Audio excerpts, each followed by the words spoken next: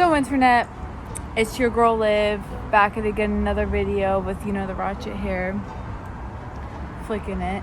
I just wanted to sit down and have a little chit chat.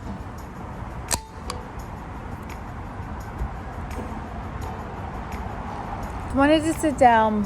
I was talking to my friends like the other week because low-key I'm interested in writing a book, but that's another point. But I was sitting around and I was like, okay, what is it that, and I asked them, I was like, what is it that people like aren't talking about that you wish that they would talk about? And every single one of them was relationships in the church.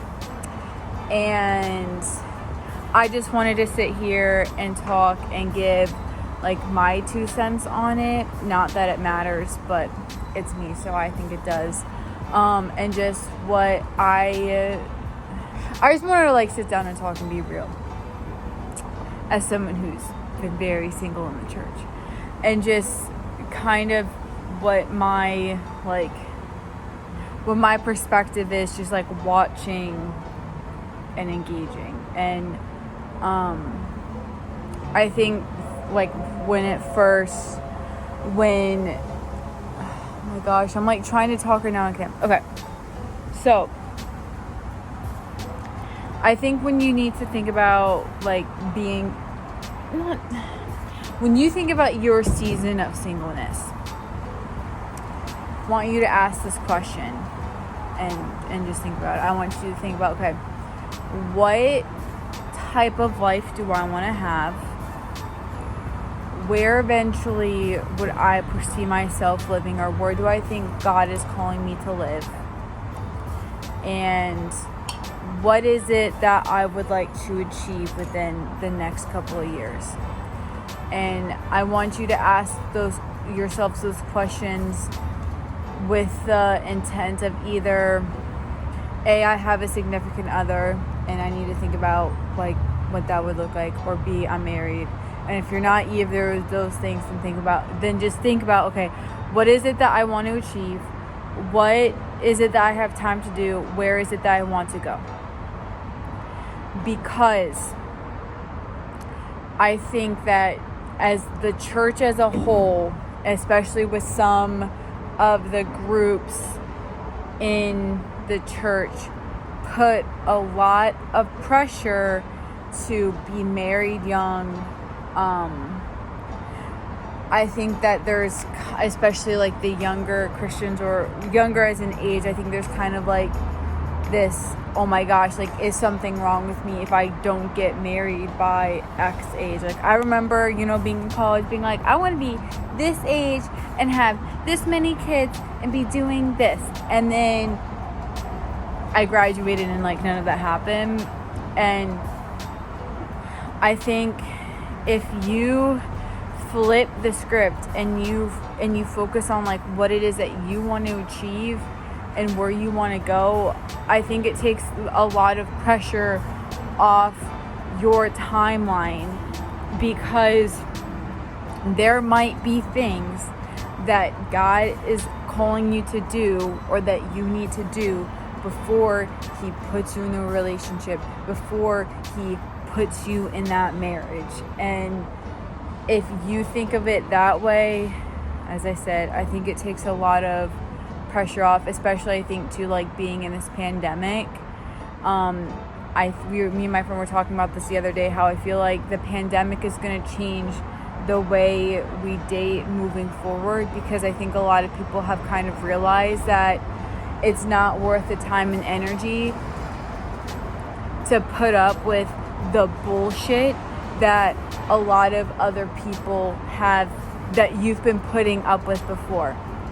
I also think too that Christian women need to be better about calling men out, and vice versa. I'm not talking about the whole not purity culture, but I'm not talking about you have to dress a certain way, and if you wear like tank tops, then men are going to lust after you, because that to me promotes rape culture, which is basically the same deal of like, oh, if you're wearing certain things, it's okay for people to rape and inappropriately touch you, and that's not the case.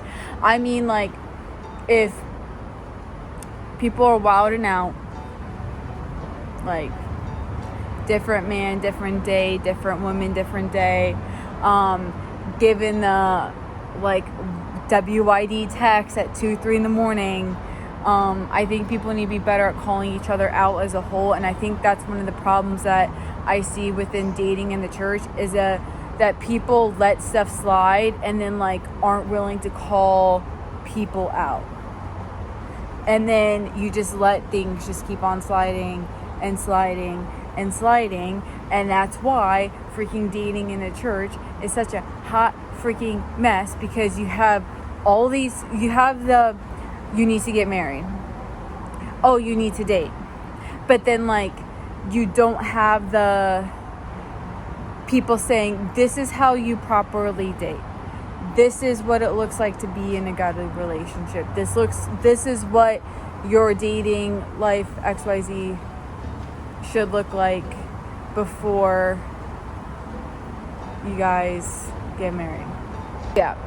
I think, Mike Todd has done a great job with, like, giving us kind of the tools and stuff we need to do this. But I think also the question to ask too is, do you honor and do you respect yourself? Because if you don't honor and respect yourself, you can't expect people to honor and respect you. And another thing that I feel like has been a thing of is, I get the feedback that a lot of people feel like girls put more into the relationships than guys do.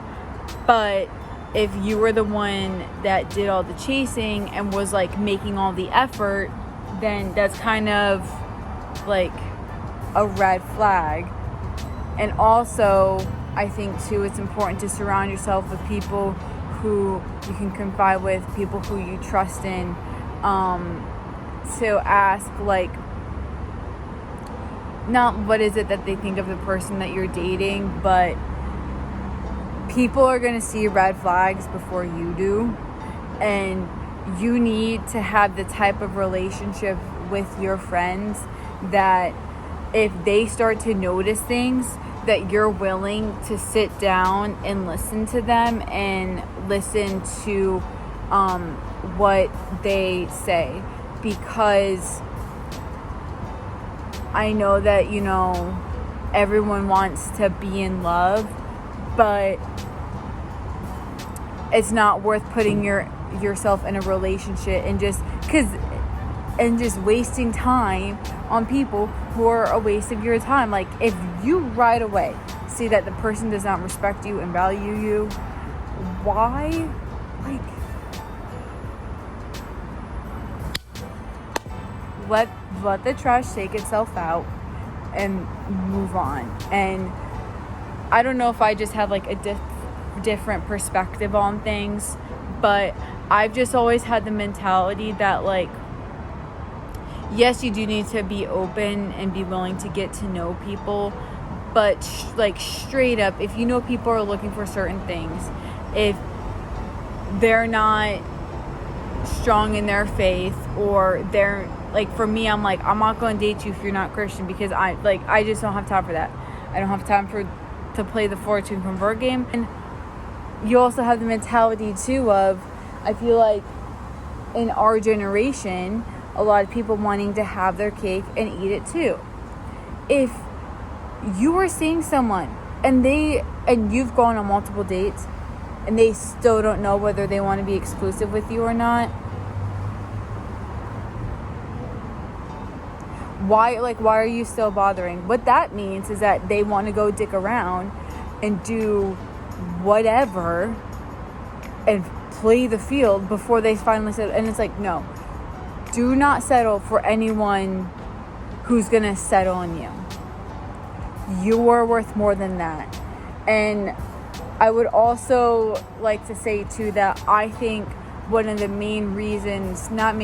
but I see another problem too with the whole sense, value, respect thing, is that people are letting the world and other people who they don't like dictate their worth and their value.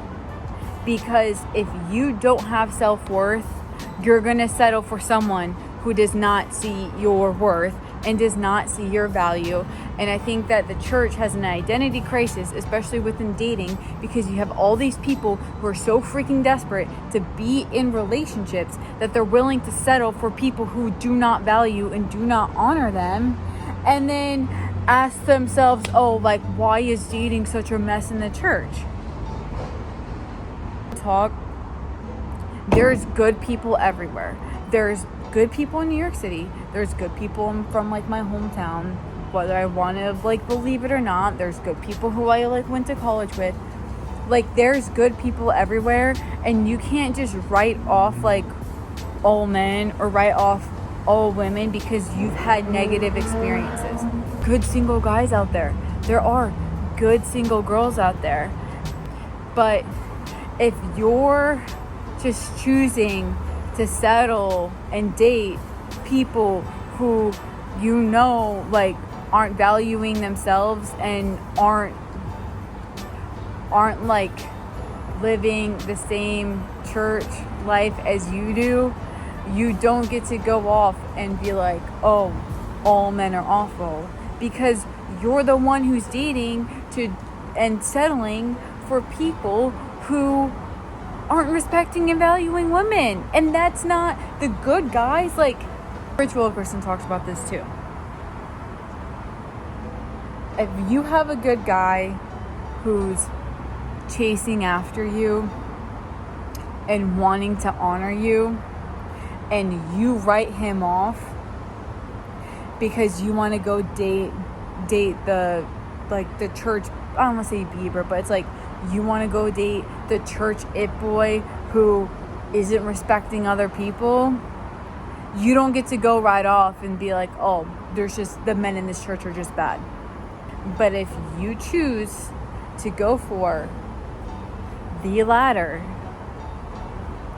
don't go off writing the good ones too. And I also think that the church puts a lot of pressure on men to ask the woman out in the church, and I think that's another toxic thing too, because it's like, even if you go to a big church, it's like, oh, you want to date with so-and-so, oh, you want to date, and it's like, we need to just kind of chillax on that a little bit and be like, okay, it's okay if you go out on a date with someone and you realize like, I don't think we're gonna vibe well. That's fine. But I also think too, it goes back to like, give yourself a timeline that you didn't assign yourself, that God didn't assign you. But my pastor told me one time when we were having like a heart to heart, I was like, okay, like, you're right. And like, just enjoy the season that you're in. And if you are single, like, you need to learn how to love yourself and how to be okay with being by yourself. And you shouldn't be dependent on other people. At the same time, it's like, okay, I'm doing things right now that I'm like in my singleness that I might not be able to do if I was in a relationship or married. And I just think that like, if you are a woman in the church and you are single and you're like, where's my Boaz? I feel like God's saying you need to chill out. He's coming. But like, don't be so focused on God bringing that person into your life that you forget to enjoy the blessings that God has already placed around you. Okay? I know where this video is going to go, but here we are now. So with that, peace, love, blessings, y'all. Remember that you got this. Bye.